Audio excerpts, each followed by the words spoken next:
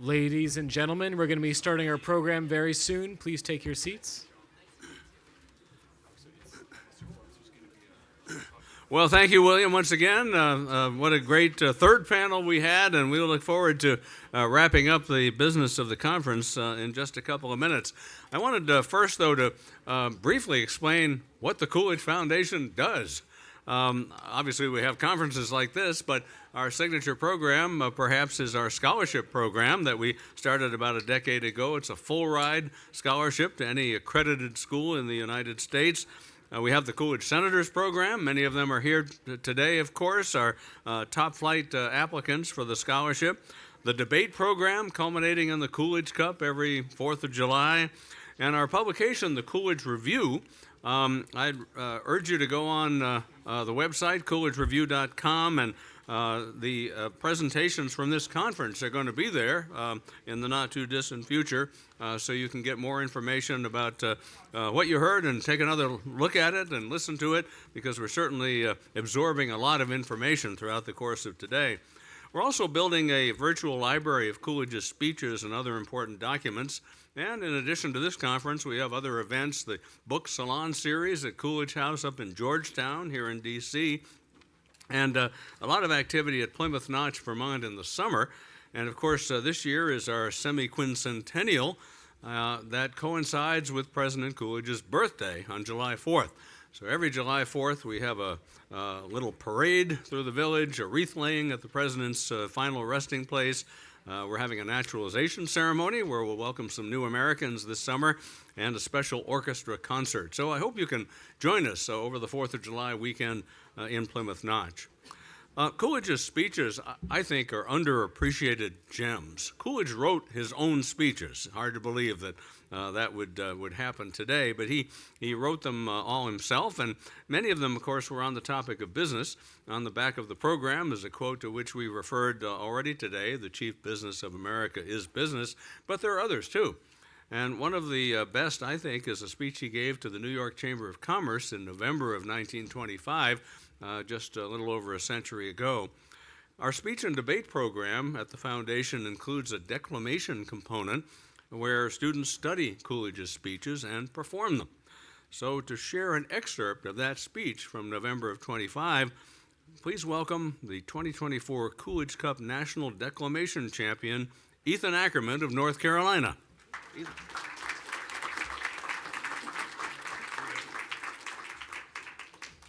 Thank you, Governor Douglas, for that heartfelt introduction. This time and place naturally suggests some consideration of commerce and its relation to government and society. The great cities of the ancient world were the seats of both government and industrial power. In the modern world, government is inclined to be merely a tenant of the city. Political life and industrial life flow on side by side, but practically separated from each other. When we contemplate the enormous power, autocratic and uncontrolled, which would have been created by joining the authority of government with the influence of business, we can better appreciate the wisdom of the fathers in their wise dispensation, which made Washington the political center of the country and left New York to develop into its business center. They wrought mightily for freedom. The great advantages of this seem to me to be obvious. If a contest could be held to determine how much those who are really prominent in our government life know about business, and how much those who are really prominent in our business life know about government, it is my firm conviction that the prize would be awarded to those who are in government life. This is as it ought to be.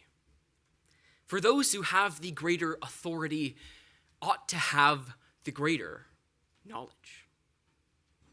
But it is my even firmer conviction that the general welfare of our country could be very much advanced through a better knowledge by both of those parties of the multifold problems with which each has to deal. While I have spoken of what I believe would be the advantages of a more sympathetic understanding, I should then put an even stronger emphasis on the desirability of the largest possible independence between government and business. Each ought to be sovereign in its own sphere. When government comes unduly under the influence of business, the tendency is to develop an administration which closes the door of opportunity. It becomes narrow and selfish in its outlook and results in oligarchy. When government enters the field of business with its great resources, it has a tendency to extravagance and inefficiency. But having the power to crush all competitors likewise closes the door of opportunity and results in monopoly. While there has been in the past, and will be in the future, a considerable effort in this country of different business interests to attempt to run the government in such a way as to set up a system of privilege, and while there have been and will be those who are constantly seeking to commit the government to a policy of infringing upon the domain of private business, both of these efforts have been very largely discredited. When I've been referring to business, I've used the word in its all-inclusive sense. It is an effort by which men provide for the material needs of each other. While it is not an end in and of itself, it is the important means for the attainment of a supreme end. It rests squarely on the law of service.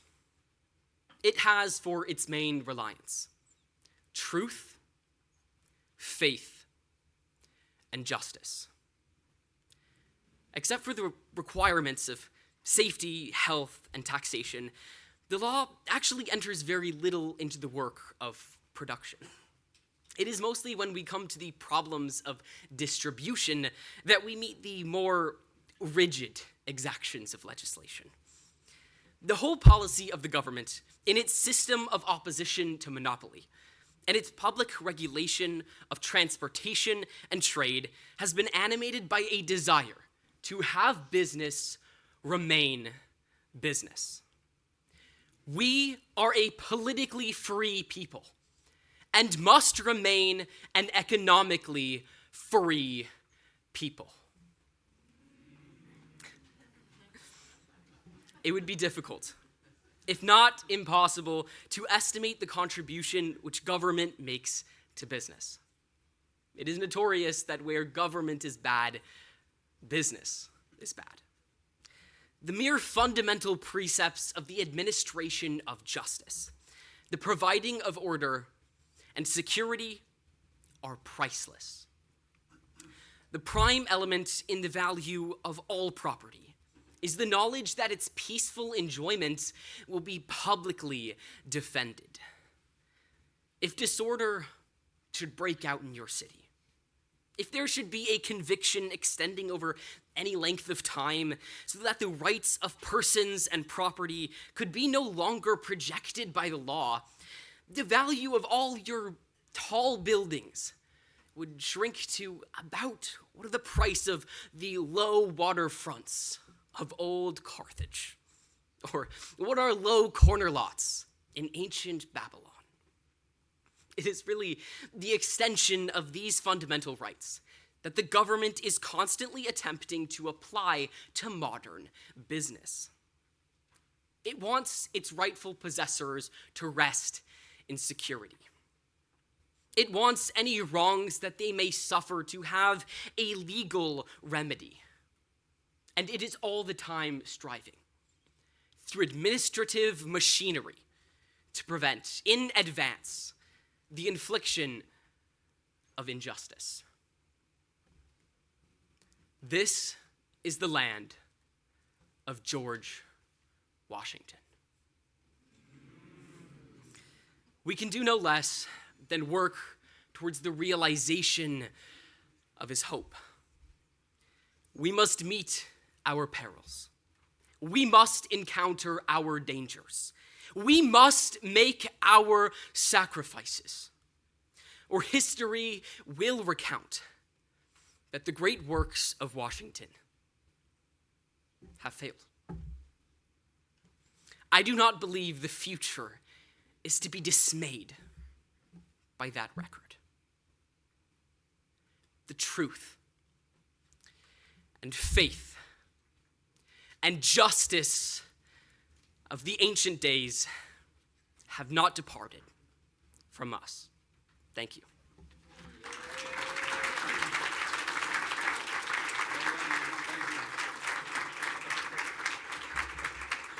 Thank you, Ethan, very much. Great words from President Coolidge, well presented by Ethan. Well, let's move to our final session of the day, and to introduce session number 4, let's welcome Coolidge Senator Emily Garabrandt.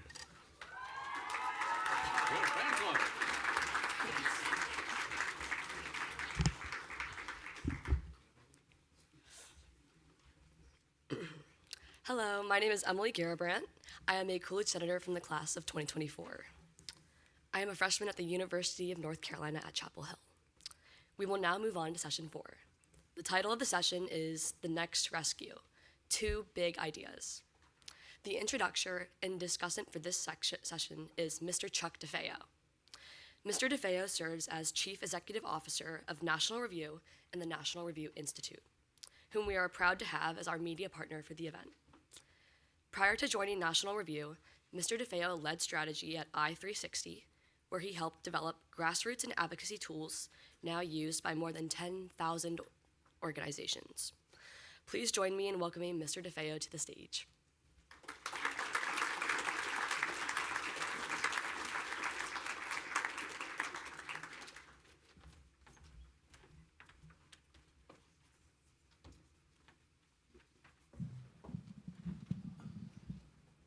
Well, to close out such amazing programming, it's an honor for me to be here with Mr. Steve Forbes, and somebody who truly needs no introduction. Mr. Forbes, it's an honor to be here with you. I'm not going to get into a long introduction, but obviously he's chairman and editor-in-chief of Forbes Media. But if I could give a little bit of a personal anecdote, I was in college when I first came to Washington, D.C. in 1996. And you look back at his presidential campaigns, the depth of his vision, the strength of his advocacy for the flat tax, and several other things that he advocated for, has shaped tax policy and how Republicans have spoken about the tax code for the last 30 years.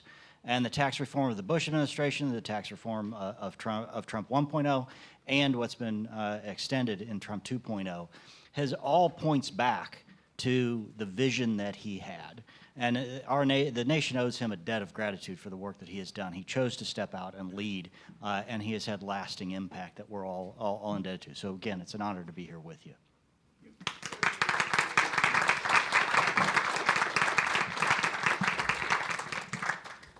Well, thank you. Thank you very much, Chuck. Thank you, Emily, for kicking off this session. Thank all of you for staying to the end. Although Amity probably knows each and every one of you, so it's good you're all still here. And so you can come back next year. It's great to be with young people. They always say, especially at graduation ceremonies, you have to undo the mess left by previous generations. And my father, when he would give a commencement speech, would say, now keep in mind, they said the same thing to your parents. Also, too, many of you will become parents.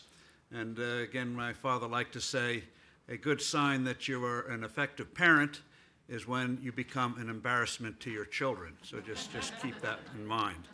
But the program is supposed to be about 2 big ideas on getting the American economy today and the future back on the kind of track it was during Coolidge's years as president in the 1920s, and reference to the extraordinary growth we experienced in the late 1800s and early 1900s. The 2 big ideas, are ones that seem unimaginable today, but they will come to pass. One is the gold standard, and the other is flat tax, as was made mention of. Flat tax is a single rate system. You have generous exemptions for adults and for children, single rate. You could do it literally on a few keystrokes, and that's that. One number, a family of four, would pay no federal income tax on the first $55,000 of income, only 17 or 15 cents on the dollar above that, no tax on savings, no death tax. You should be allowed to leave the world unmolested by the IRS. And that way, and you do the same thing on the business side, and great things would happen. Now, when you mention the word gold standard or the word gold, economists here accepted, but you're among most economists, you should have smelling salts, because they will faint away at the idea of eating anything mentioning the gold standard, sort of like waving the cross or garlic before vampires. They just faint away. But in terms of both are regarded today as impossible, but because of circumstances, because of crisis, they will come to pass, and we'll truly get the real revival of America, the kind of way we did years ago. Now, obviously, there are many other things that have to be done, clearly, but the fact of the matter is, if you don't get the money right, if you don't get the taxes right, everything else is going to come to naught in terms of their full effectiveness. The magic formula of low tax rates and sound money was the title of a book of a co-author of our book, Inflation, What It Is, Why It's Bad, and How to Fix It, a fellow named Nathan Lewis. But so let's start with the gold standard. There are various ways to do it, but essentially the value of the dollar is fixed to gold. That does not mean you need gold to back every dollar.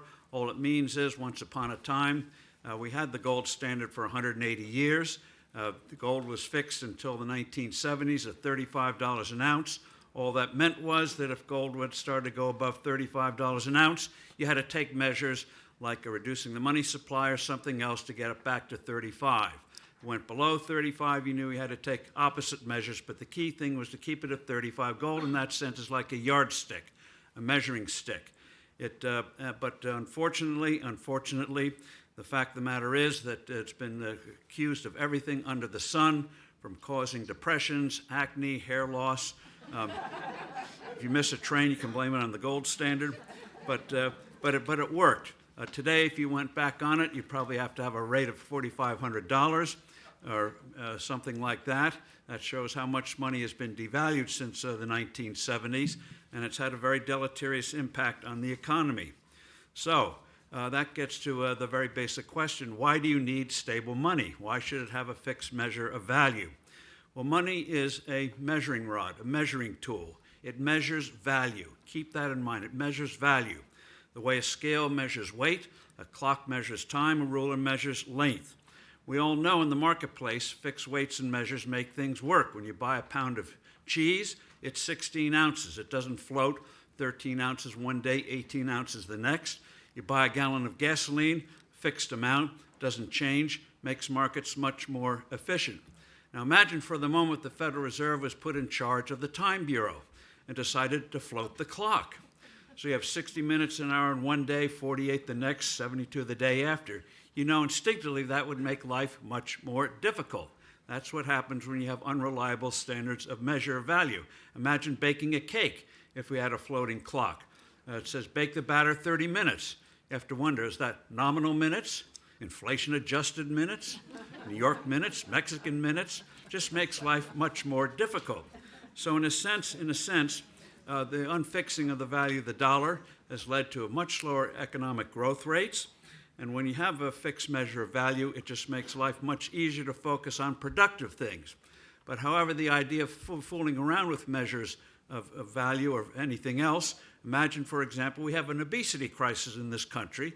Well, the way the Federal Reserve would solve it would be to decree that a pound would have 32 ounces instead of 16.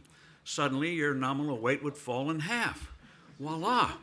You don't even have to take shots anymore. It's miraculous.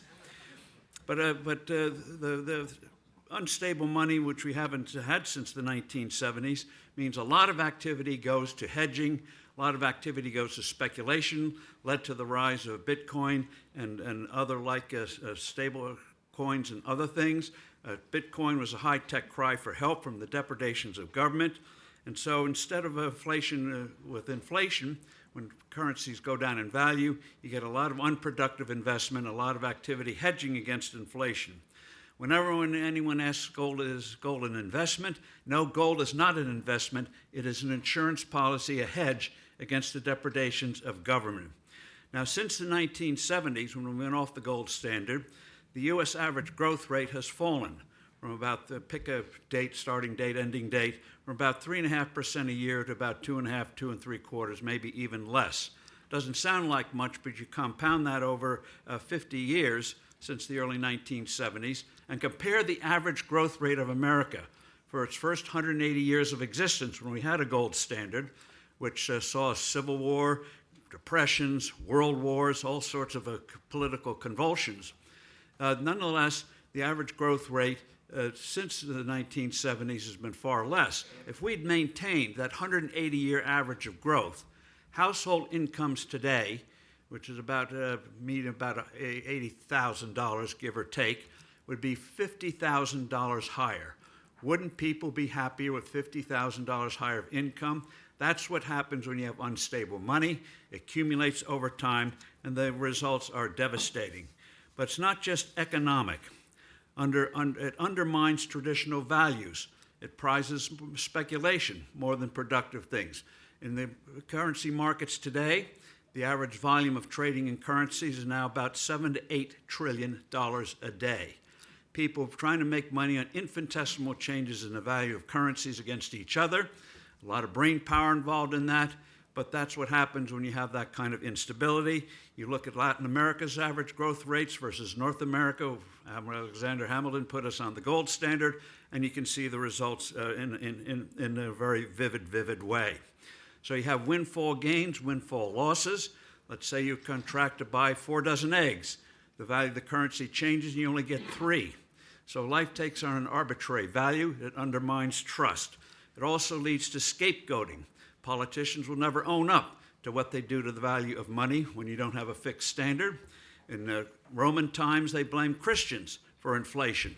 The lions didn't mind, but it did nothing to cure the inflation or the depredations of Roman emperors. In medieval times, witches were blamed. In the early 20s, with the Weimar terrible German hyperinflation, Jewish merchants and bankers were blamed. In the 1970s, Arab oil producers were blamed.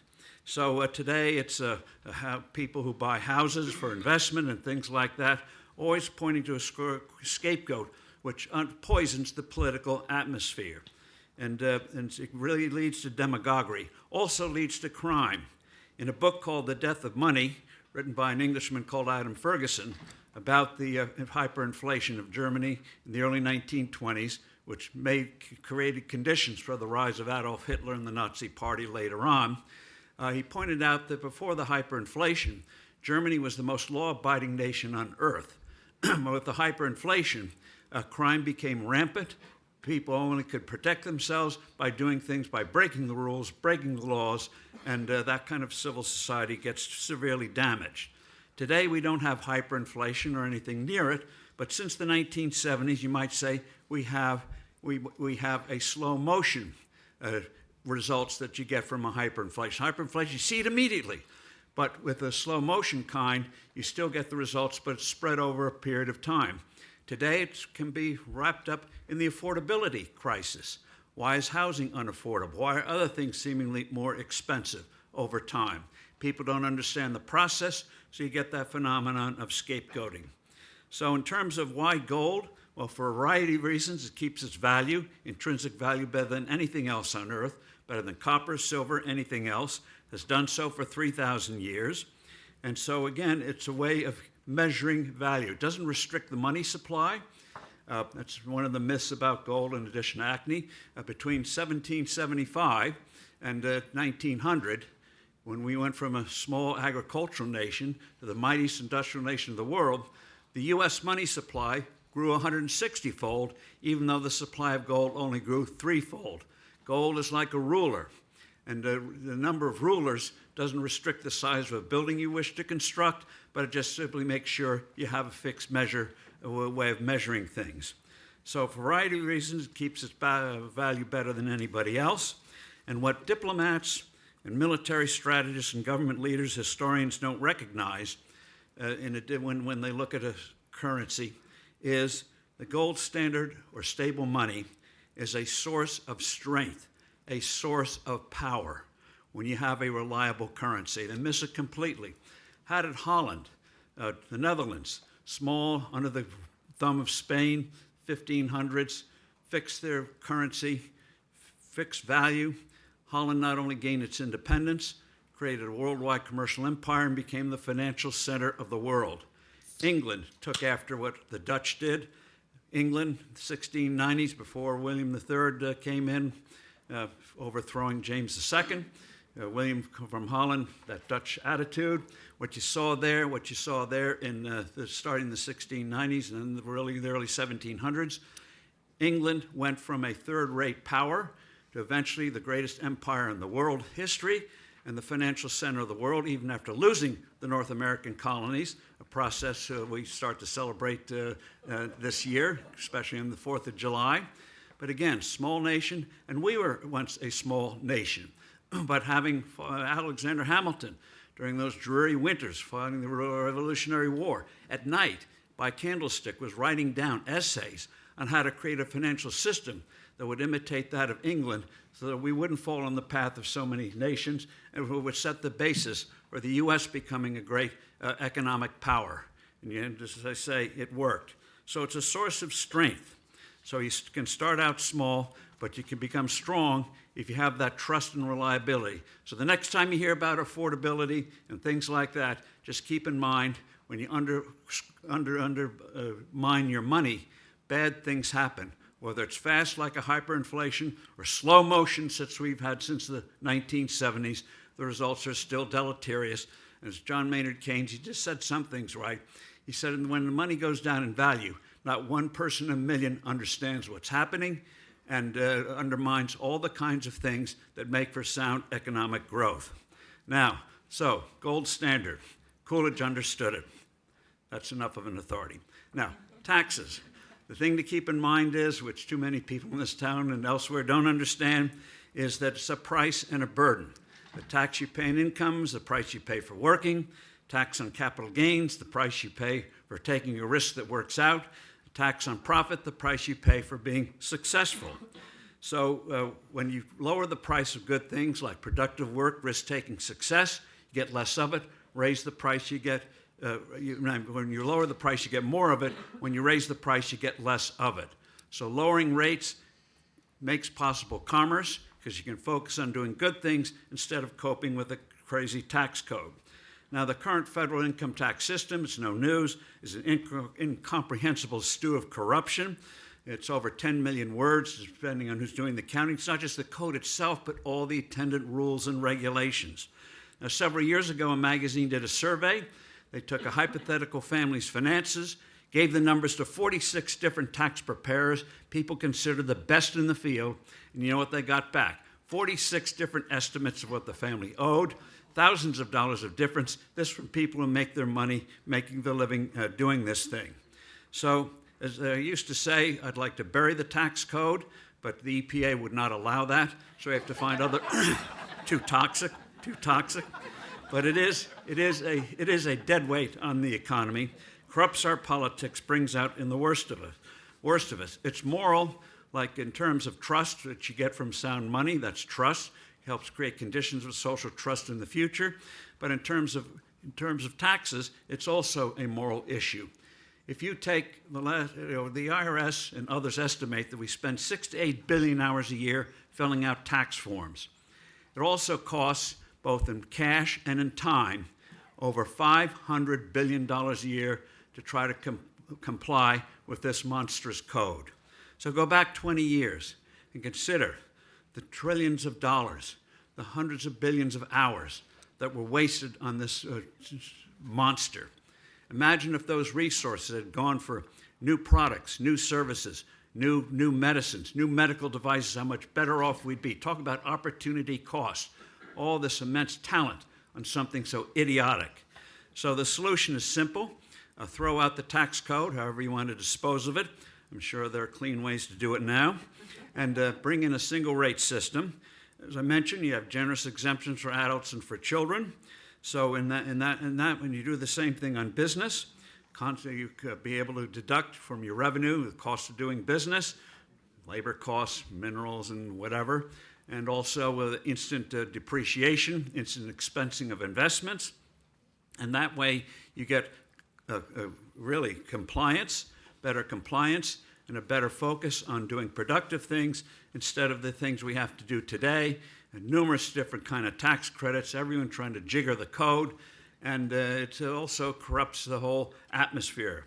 So gold, flat tax, it's good for our foreign security, and the nice thing is, if we do things right here on the money and taxes, the rest of the world will follow. Just remember in the 1980s, in closing, when Ronald Reagan enacted his great tax cuts, when in a few years, 50 other countries reduced their tax rates and helped set the boom that lasted until recent times, until the crisis of 2008, 2009, when we started to devalue the dollar. So I'll say this, warning to the White House, President George W. Bush and his team thought if you gradually weaken the dollar, that would improve the trade balance and all good things would happen. When you undermine the integrity of your currency, you're not a great country, and you create economic problems like we got with the crisis of 2008, 2009. So if you want a great country, you have to have a great currency, and the way you do that is with the gold standard and the flat tax. Thank you.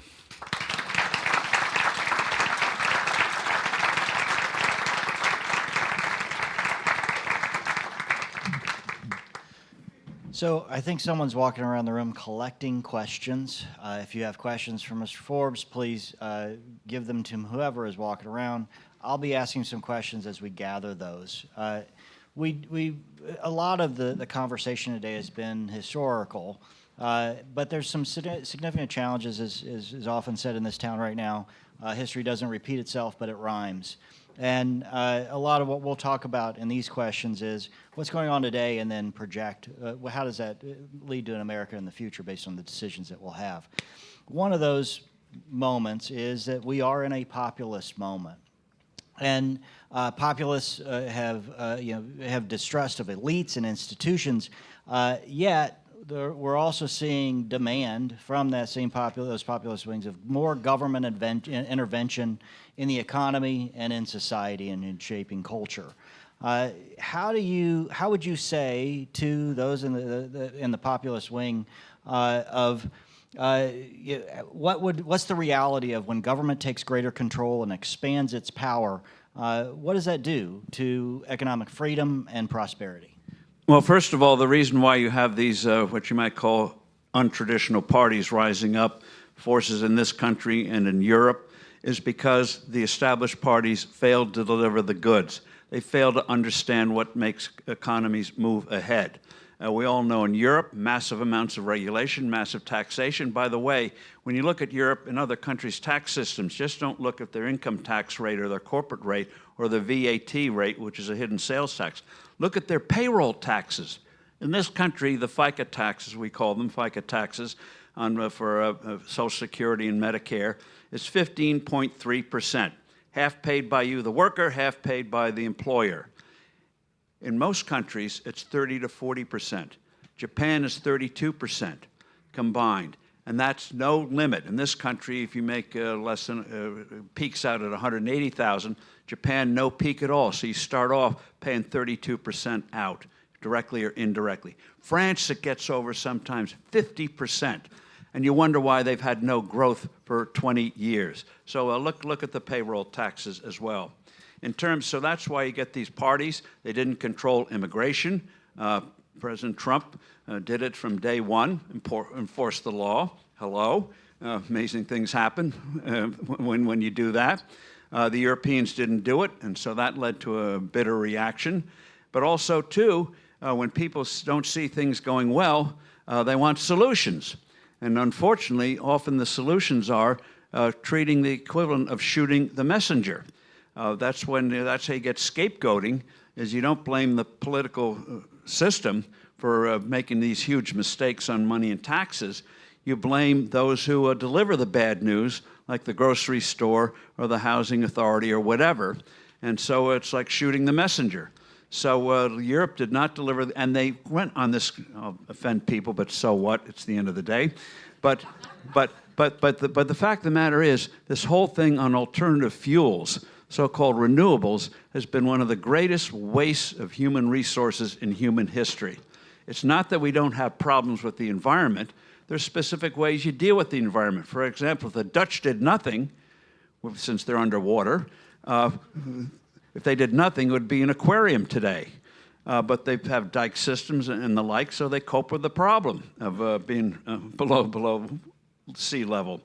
But the fact of the matter is, so we wasted literally trillions of dollars, and all we got for it was this huge lobby that wants more of the same. No growth. Germany's deindustrializing. British costs are 2 to 3 times for energy as they are in this country, and people react. And so they go for crazy, seemingly crazy things because the parties that should have known better did not deliver the goods. So looking forward, we must do things right in this country.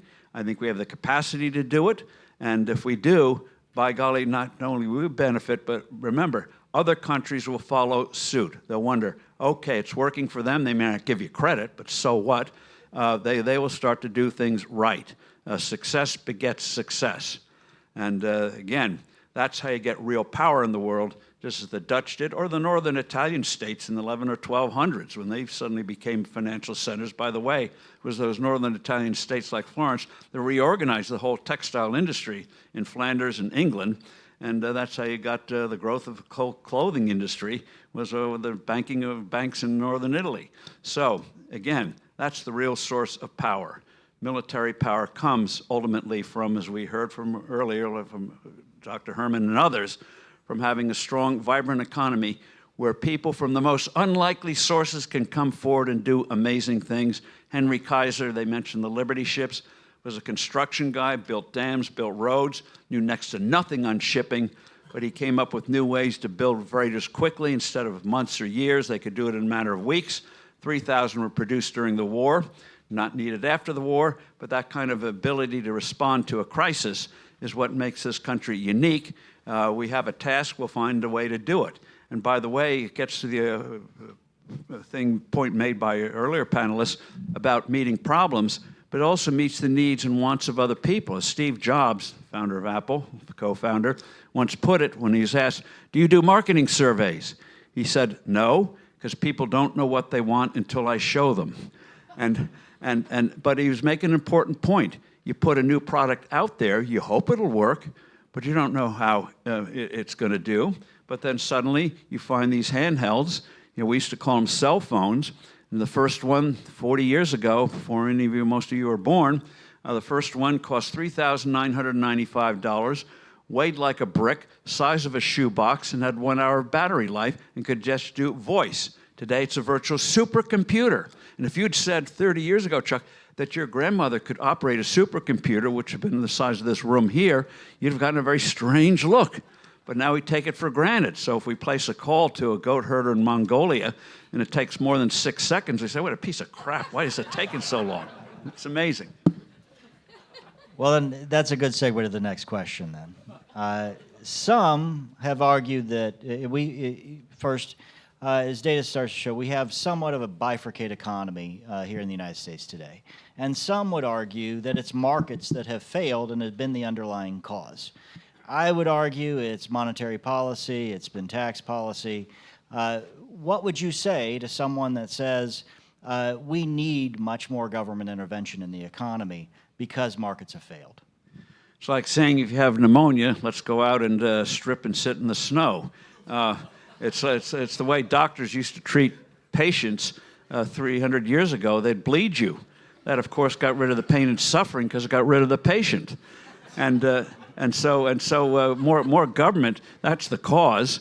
It's like denying germ theory. Oh, let's have an operation but not wash our hands. Let's put them in mud first and see what happens.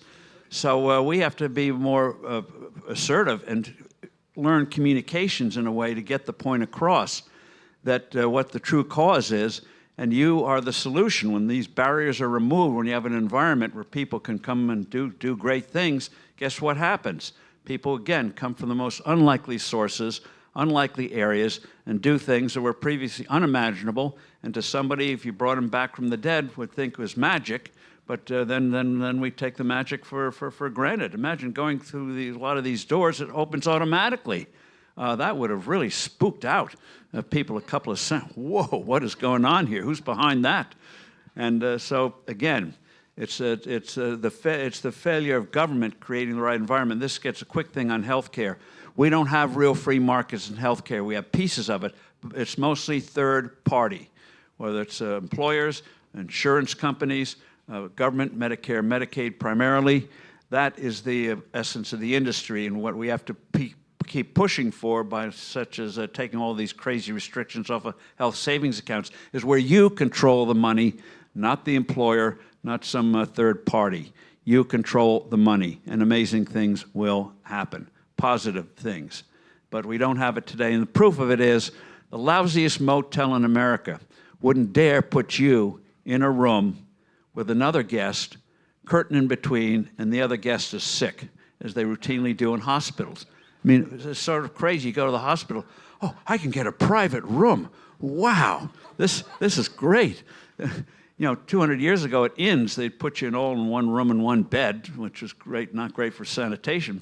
And so they came up, and it wasn't really until the 1800s of having separate rooms at an inn or hotel. But hospitals, because it's third party, you still have some today where they put you in a room with another patient. Crazy. Speaking of things that would shock people today is the size of our national debt and the continued growth of it. And it is obviously social programs and Social Security and other things that are driving our national debt. And it's really entitlement reform that would solve the problem. But that's not something those in Washington really want to touch. If it's not entitlement reform, what could politicians do to actually lower debt growth? Well, the first thing, especially Republicans, have to learn to do is not sound like you're taking something away from people. And the Democrats have been masters, the far left have been masters when you ever talk about changing health care policies. You're going to take grandma, it's almost like they invented wheelchairs to make it easy to get grandma off the cliff, and taking things away from people. And so the way you solve the entitlements on health care is to push for a true free market, which is just beginning. And one of the things that's happened in recent years because of rising costs is that most employers now don't do dollar-for-dollar coverage. They have a high deductible, and that's leading finally to real pressure for price transparency. But too many times if you go to the doc or the hospital or clinic and you ask in advance what it costs, again, you're going to get a very strange look like, what's it to you? And so you don't get the kind of free market. So you have the agency running Medicare and Medicaid putting out 11,000 pages of regulations each year trying to replicate what a free market would do naturally in terms of what you do in different situations. So the way you solve Medicare and Medicaid is by the free market. And then the way you'd see it happen in Medicare is you'd have, let's call it Part G. They have Part A, Part B, but to call it Part G, take a Trumpism, G for great. Part G would be, and there may be a Part G, I don't know, but Part G, this Part G would be, you'd get $15,000 or $20,000 a year as a couple in your health savings account. You'd be covered for catastrophic coverages above a certain level, but you would control the money. And one of the things that happens with Medicare is the number of tests you end up getting because somebody else is paying for it. Whereas if it comes out of your pocket, say, do I really need that test? You start getting a real market work, asking questions. And that's the way you start it with healthcare and with transparency, as people are now paying more out of pocket than ever before. You'd start to get a real consumer market. As for Social Security, as for Medicaid, do what they do in Singapore. Singapore has a system that covers everybody. They deduct a big chunk of your paycheck, but you own the money. In effect, your health savings account. They have a different name for it. But you determine what plan you have. You determine what hospital you go to. And as a result, costs in Singapore, and they're very highly educated, the docs, best schools in the world, procedures are 1/3 the cost of they are in the United States, and their longevity is higher than that of the United States. So you can do that with Medicaid on the state level, have your own accounts, put the money in, you're in charge of it. And in terms of Medicare, again, have that Part G, and Social Security. Don't take anything away now. Stop talking about raising the retirement age. That can happen when people feel good about the economy. You can make that change. But first, start the debate going, and there's tons of research on this for young people, where a portion of their FICA tax goes not to this town, but to your own personal account. You own it. And the nice thing about that is, as a young person, first part-time job, you start to accumulate this thing called capital. You want to learn about it, and you know instinctively it's your labor that is providing that, not a politician. It's your labor that's doing that. And you're not going to have much tolerance for people who are going to mess around with what your work has produced. That way, you pick your own retirement age. You want to do it at 60, fine. You want to you're optimistic, you want to wait till you're 90, fine. If you have money in your account when you go because you haven't annuitized it all, you can give it to your kids, grandkids, your favorite cat or dog or whatever. But again, it turns what is a destroyer of capital into a creator of capital. So there are positive ways. There's what you might call root canal without anesthesia, which would be raising the retirement age on Social Security to 85. Medicare, if you live above 90, you get shot. I mean, there are ways to deal with it. But those are the negative ways. Do it the positive way. Put you, the patient, in charge. We trust you. Do it this way. I shouldn't say it in this time. We trust you more than the Washington politicians. They'll buy into that.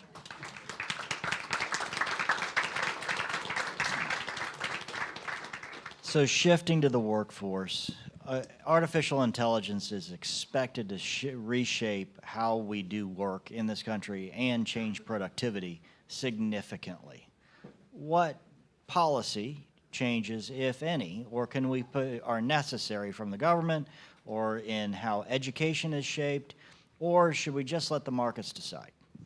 Whenever you have something new, it always brings new body of law, like the rise of the automobile, whole new, enforcement, insurance, everything else.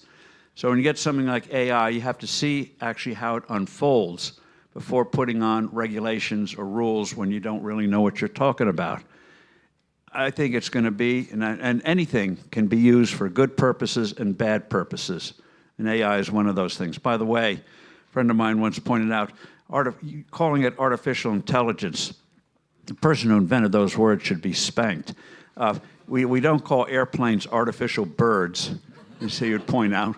We don't call automobiles, artificial horses. But it can be a great aid. And one of the things that you can look forward to is not only great driverless cars, so as you get older, and some of us fall into, you don't have to worry about the keys going, because somebody's going to do it for you, and probably better than you. And in terms of robotics, as I heard the other day, there's work on where if you're in the hospital bed, there are now robots, almost like jelly feeling, that can take you out of a bed without nurses or aides going through that very difficult and dangerous process. So in AI, too, it should be able to advance the development of new drugs, which now takes 10 to 12 years. It should maybe 10 or 12 months. At my age, I want it in 10 days or 12 days. I don't want to wait 10 years. But can advance the development of new drugs. So there's a lot of good with it. And by the way, there are always fears when something new comes along. There's mention earlier of the great rise of electricity. When electricity first came to the fore over 200 years ago, there was the theory or fear that you could use electricity to bring the dead back to life. And you had medical students raiding graveyards, not for dissection, but also they'd put wires on these cadavers and do the jolt and see it come bouncing around. Oh, maybe I can bring them back to life. And that was the source of the novel Frankenstein, using electricity to bring these things to life. It never happened, but it did make for great movies, great books, great plays. And so hopefully that'll be the denouement of artificial intelligence. But like anything, it can be used for good purposes or bad purposes. And James Madison, father of our Constitution, pointed out, since we're not angels, we do need laws. But we have to make sure they're sensible laws, and also customs where certain things you just don't do, whether they're written in law or not, you just don't do them. And we've sort of lost that. So anything about laws or regulations, there's no stronger advocate for a stable dollar and the gold standard, and we just heard it, than you. But we've got this moment where digital currencies are rising, and that's actually something that Washington, D.C. and this administration has really embraced evaluating. What would you recommend to regulators as they start to think about the role of digital currencies in our economy?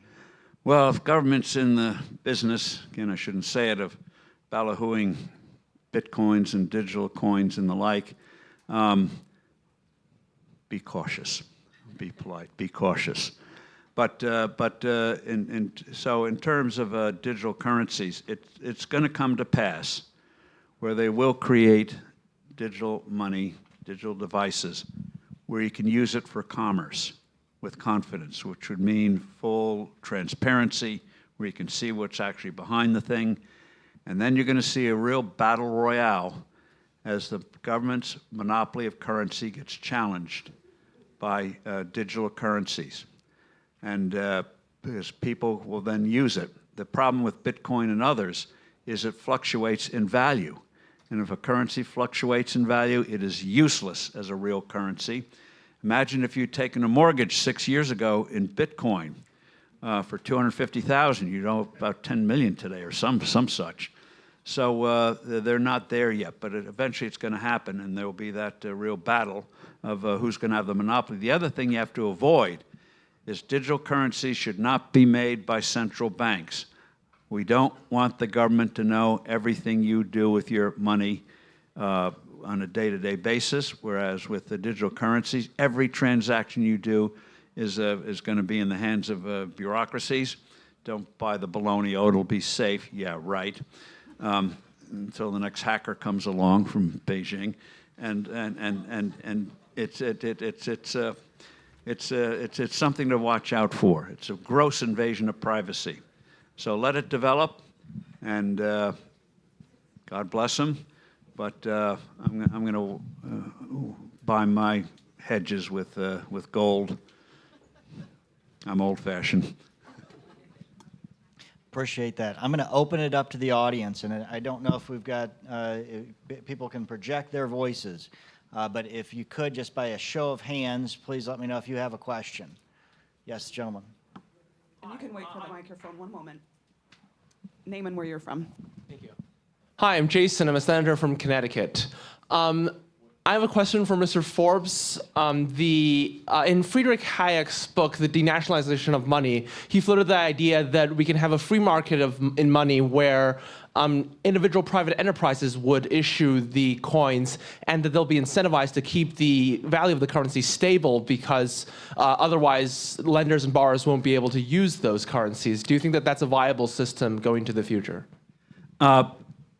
It's a variation of what they used to call free banking, which we had in this country really big before the Civil War, where thousands of banks issued their own dollars. And that's how you got the phrase, if you read in history books, what they called wildcat banks. Banks would open up, since they didn't have railroads for much of that period, in areas where it would be very hard to get to, issue the currency, on the theory that it would be too hard for you to go to the bank and take the currency and get the gold or silver in return. So wildcat banking. So historians poo-poo free banking, poo-poo currency competing with each other, but that's the promise of digital currencies, is that you can put a currency together that two parties may use on doing a transaction. The government will fight it. They'll say you can't use it for paying taxes. They'll try to say you can't use the courts to enforce a contract made in a digital currency. They'll fight hard. We know they'll fight hard. But that Hayek vision is what could happen. Again, keep the central bank out of it and let people in the marketplace determine if I want to take a digital currency, the Coolidge currency. Maybe I trust that more than what they're doing over at the Fed. So, but that can happen with thanks to technology. Show of hands. The gentleman in the back. Hello. Hi, I'm Harash, and I'm from Pittsburgh, Pennsylvania. I had two questions. First, you mentioned about simplifying the tax code and how there's like a lot of wasted productive effort in all these different like loopholes and that kind of things. First question is, why hasn't this been simplified yet, and what can we practically do to make it more simplified? And secondly, the second question is, what, if any, is the use of AI in policy decisions, and can AI or algorithms be used in making decisions and decentralizing things in the future? Well, in terms of AI, virtue of AI is that it gives you more access to quick information right now, even in its early stages. I'm old enough to remember a thing called card catalogs. Remember those in college, where you laboriously had to look up and go through? Now you do it in a matter of seconds. So in terms of decision making, it can be a real help. And your first question was, why don't they do it? The reason they don't do it is because complexity is a source of power. And being able to hand out credits and this thing and that thing via the tax code is simply irresistible. And so the only way you get change is the way Ronald Reagan said, the best way to persuade minds on Capitol Hill is through the white heat of public opinion. They ain't going to do it on their own, which makes the story we heard earlier about how we got the reduction of the capital gains tax so remarkable in 1978 against the wishes of President Carter, and a Republican doing it when the Republicans were outnumbered 2-1 on the Hill was remarkable. But those episodes are very, very rare. You're going to have to agitate for it, ask candidates about it. Why do you go with this thing? You don't understand what's in the code. Why are you keeping it, foisting it, and hurting us? And don't let them say, well, I'm giving you this credit or that credit. It's the old thing, I'll take $1 from you and give you 75 cents back in various goodies. So they use your money to buy your vote. So ask the questions, start asking the questions, and suddenly you'll start to get some attention. And they'll say two big things. They'll say it would destroy housing because you wouldn't have the mortgage deduction anymore. The fact of the matter is, if you earn more after tax, you have more money, you can buy more house. That's the key thing. The other thing they say is charitable giving. No one will give to charity if they can't deduct it.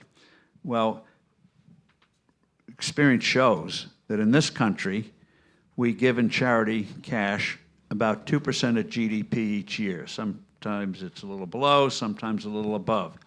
In the 1980s, when the top rate was cut in the income tax code from 70% down to 28%, a lot of institutions opposed it, charitable institutions, because they thought it hurt giving. And what they found out instead was, since people had more money, they gave more. Charitable giving reached record levels as tax rates came down. So those are two biggies against the flat tax. And it does not cause loss of hair. Any hands up?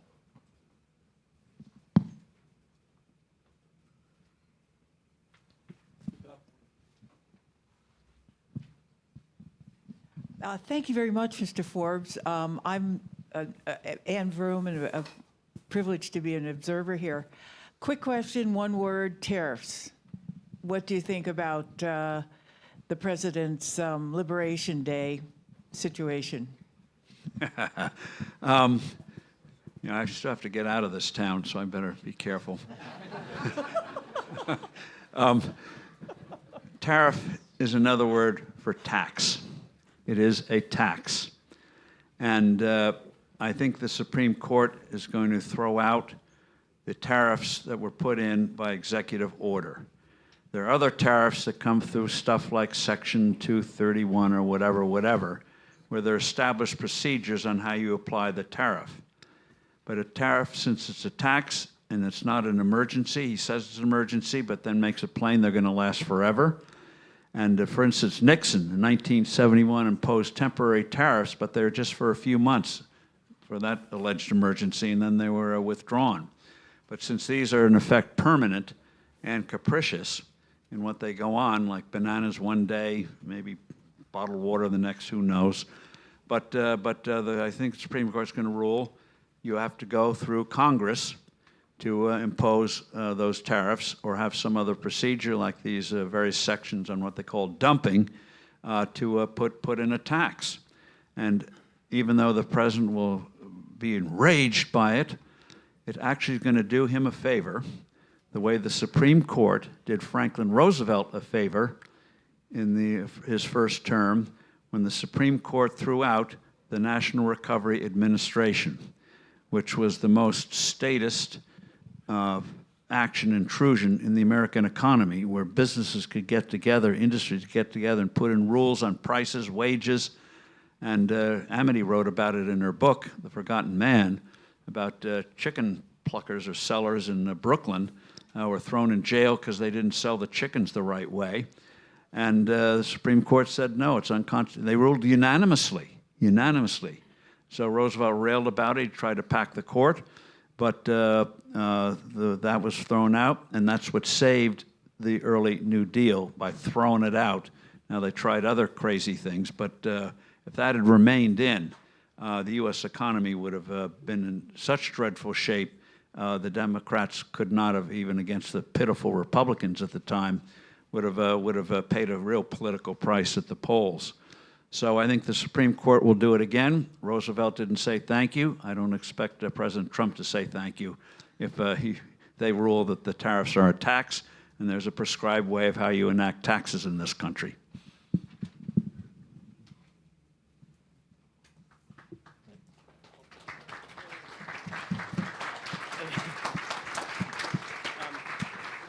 Hi, Mr. Forbes. Thank you so much for taking the time to speak with us. I'm Akeelan. I'm a freshman in college. My question is pretty simple. We had a discussion, the third discussion of today with Mr. DeMuth, who was telling us about sort of Silicon Valley and how there's been a huge and sort of growth in the development there of various different kinds of enterprise. And we can argue about whether this enterprise was, let's say, moral or immoral or good or bad. But my question for you is, should we as citizens be the ones who are responsible for deciding is private enterprise going to be something that's beneficial and how we go about it? Or is it the government's role to set the incentives for what kind of morality frameworks we should use in the development of this enterprise, and then develop those companies from there? So what should come first? Government morality is not just an oxymoron, but translated in English means got to win the next election. And how do I win the next election? That's morality. And I don't want the government deciding what's moral. There are plenty of other people willing to do that for us, but we don't need the government with the ability of a monopoly of force to decide what's moral and immoral. We tried it with liquor, with prohibition. And by the way, on liquor, after the American Revolution or even before, until the 1820s, 1830s, we were a nation of alcoholics. A massive amount of drinking on a level we haven't seen since. Part of it was you didn't trust the water. John Adams would begin the day with a grog of beer because you didn't trust the water. So, you can make comedies about people being plastered, it became a real social problem. And so there rose up ministers and others saying if you have a self-governing nation, you need self-governing individuals. And so that's how the temperance movement was the first public health movement in the U.S., and it worked. Now, politics got involved. Certain states like Maine tried to abolish booze, and then came the 18th Amendment, then repealed in the 21st Amendment. But it was voluntary, people saying this is not a good thing. So in terms of morality, leave it to education, not government. And so in terms of inventions, again, inventions can be used for good things or bad things. If it's a bad thing, government can outlaw it. If it's a lethal weapon, They can outlaw it or put restrictions on it. But again, let people decide what they think is good. And you just look at the history of liquor, by the way, which spawns most crazy laws in the country. Each state is a morass. But anyway, on the liquor side, younger people, for a while, booze sales went down. Wine industry's reeling. The bourbon industry's reeling, both from less demand and from tariffs. But now I read that maybe kids are starting to drink again. I don't know. I don't want to know. And you see it in smoking. Vaping became a big thing. They said, oh, that'll lead to smoking. Actually, until very recently, smoking among teenagers has reached record lows in this country. So let markets decide, and if you want to put restrictions like marijuana, the kind they have today is 5 times more lethal than when I was growing up. I never used it. I didn't inhale, just for the record. But it can do immense damage. Well, there should be a discussion of that. So if something is damaging, maybe there should be restrictions on sales. By the way, the government has killed, even though it's legal in many areas, has killed the marijuana, what I still call marijuana industry, with the taxes and regulations. So it's still off the books in a lot of areas. And by the way, one final thing on taxes. Nobody's in favor of cigarettes. And so some states like New York have huge taxes on cigarettes. I think about 60-70% of the cigarettes now sold in New York, especially New York City, are bootleg from states like North Carolina, reservations, not legal sales. So high taxes bring their own problems, whole rubric of unintended consequences. So Coolidge was right, oftentimes less is more. And this next question will be our final question. Someone in the middle there. Yes.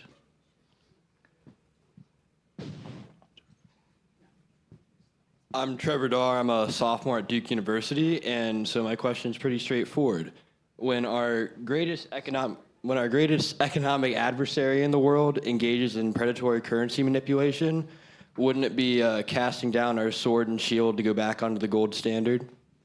No, it'd be the best way to counter the fake currencies that think they can manipulate their way to prosperity.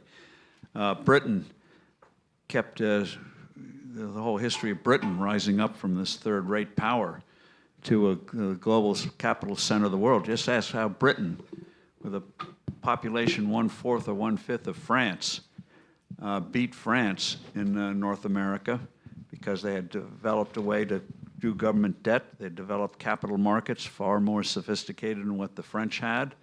And even though they lost the colonies, they still were the capital center of the world. And so if China wants to manipulate its currency, you can take some products and be laser-like about it in terms of saying that's dumping, that's this, that's that. But the idea, if they're going to cheat on weights and measures, therefore we should cheat on weights and measures, no. We want to be the place to go where the Chinese will do what the people in Latin America have often done, and that is use dollars instead of their local currency. 2 countries, and 3 actually, Panama, Ecuador, and El Salvador, formally have the dollar as their currency. Argentina should do it. They haven't done it yet. I hope they get around to it. But that's one of the things we should do in Venezuela, since certain guys now in charge, is dollarize the economy. No one trusts the Bolivar. And you dollarize Venezuela and put in a lower tax rate system, you'll see Venezuela prosper, not from the oil fields, but from entrepreneurship. Oil will become less and less important as entrepreneurship is allowed to flourish. But you have to have something trustworthy. So let them play games. No country has ever devalued its way to prosperity. And all you have to do is look at our friends in Argentina, Zimbabwe, and elsewhere. It always leads to tears. Does not work. Steve Forbes, ladies and gentlemen. Thank you. Thank you. And let's give a quick hand to Amity and her team for this fantastic.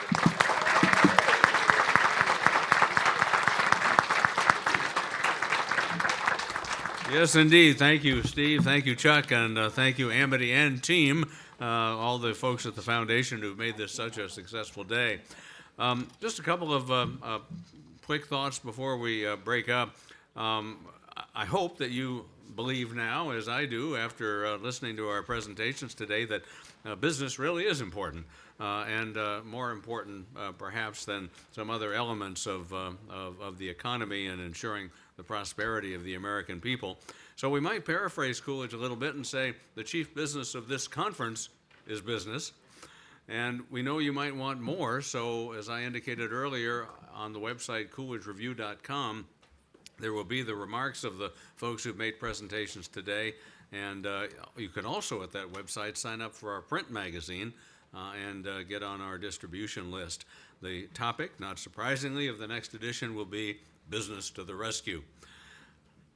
The Coolidge Foundation was founded in 1960 by the president's son, John, and although a presidential foundation, we don't accept any money from the federal government.